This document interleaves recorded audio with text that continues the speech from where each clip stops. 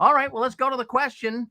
And the question is, throughout the first 1800 years of church history, Christians generally consumed alcoholic beverages as a part of everyday life and used the fruit of the vine. The Eucharist, for example, Lord's Supper, they held that both the Bible and Christian tradition taught that alcohol is a gift from God that makes lives more joyous, but that overindulgence leading to drunkenness is sinful or at least a vice. In the mid 1900s, or the mid 19th century, I should say, some Protestant Christians moved from a position of allowing moderate use of alcohol to either deciding that not imbibing was the wisest in the present circumstances, prohibiting all ordinary consumption of alcohol because it was believed to be a sin. Many Protestant churches today, particularly Methodist and other evangelical groups, advocate for absenteeism and prohibitionism. So the question would be, what does the Bible say about drinking alcohol?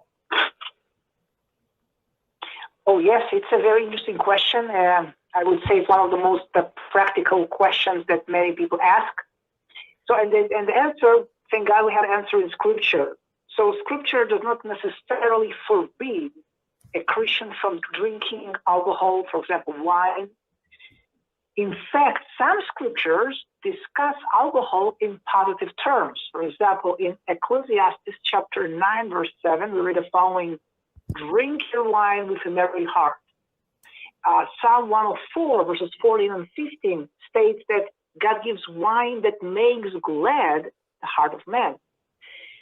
In the prophecy of Amos, in chapter 9, verse 13, we see that this text discusses drinking wine from your own vineyard as a sign of God's blessing. Another prophetic text is Isaiah 55:1, which encourages, yes, come buy wine and milk. Isaiah 55:1. In the New Testament, we see that Jesus Christ, or his Hebrew name is Yeshua HaMashiach, he changed water into wine. So we see this miracle recorded in John chapter 2. And we see that Yeshua drank wine on occasion. Even in the Lord's Supper, we know that it was a Passover wine that was used. In 1 Timothy chapter 5, verse 23, Paul instructed Timothy to stop drinking water exclusively, which was probably causing his stomach problems, and instead drink wine. So we see that what God commands Christians regarding alcohol, or wine in particular, is to avoid drunkenness. The Bible condemns drunkenness and its effect. And we see this warning given in Proverbs chapter 23. So overall, I can say that we don't see that God prohibits absolute use of alcohol, but moderate, for example, wine drinking is allowed.